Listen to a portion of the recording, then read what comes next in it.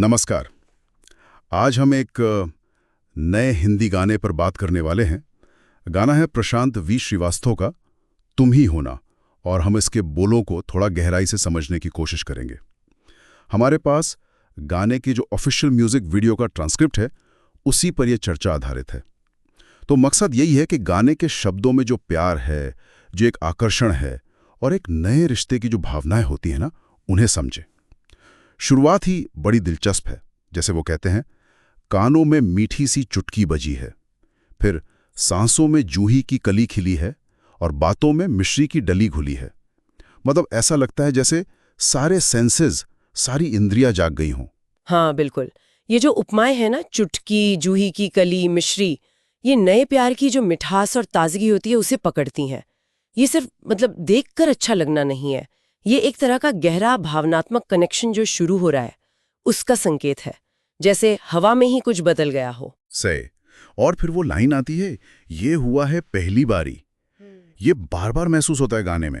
साथ में वो दोपहरी में खुमारी और धड़कन में सेंध मारी।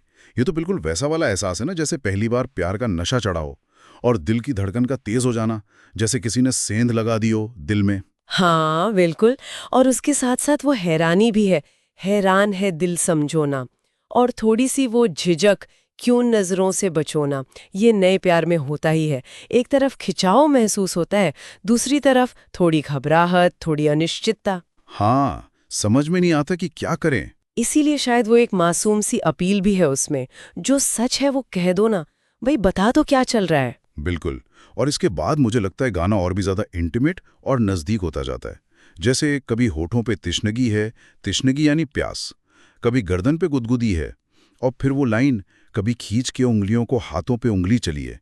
ये तो सीधे सीधे फिजिकल टच, शारीरिक नजदीकी और जो स्पर्श का एहसास है उसे बता रहा है। हाँ, बहुत खूबसूरती से।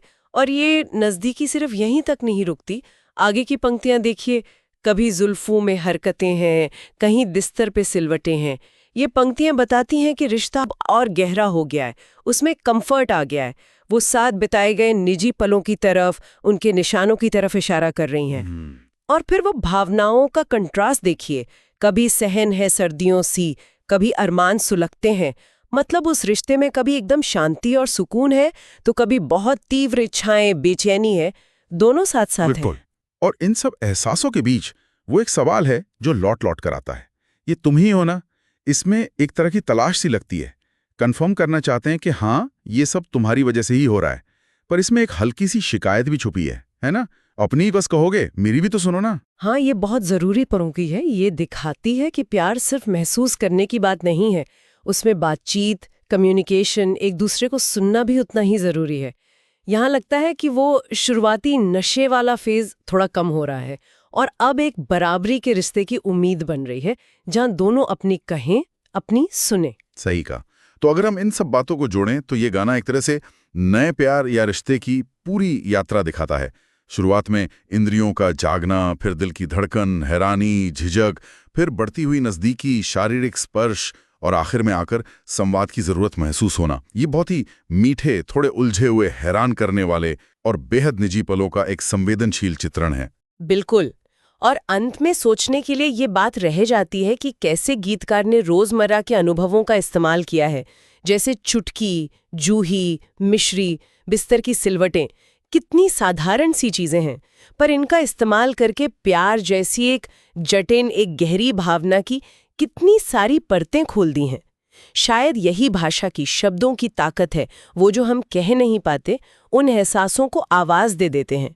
तो सवाल ये है कि क्या प्यार को समझने के लिए हमेशा बड़े बड़े भारी शब्दों की जरूरत होती है, या फिर इस तरह की छोटी छोटी अनुभूतियां, ये एहसास ही उसके असली रूप को ज्यादा सच्चाई से बयान करते हैं।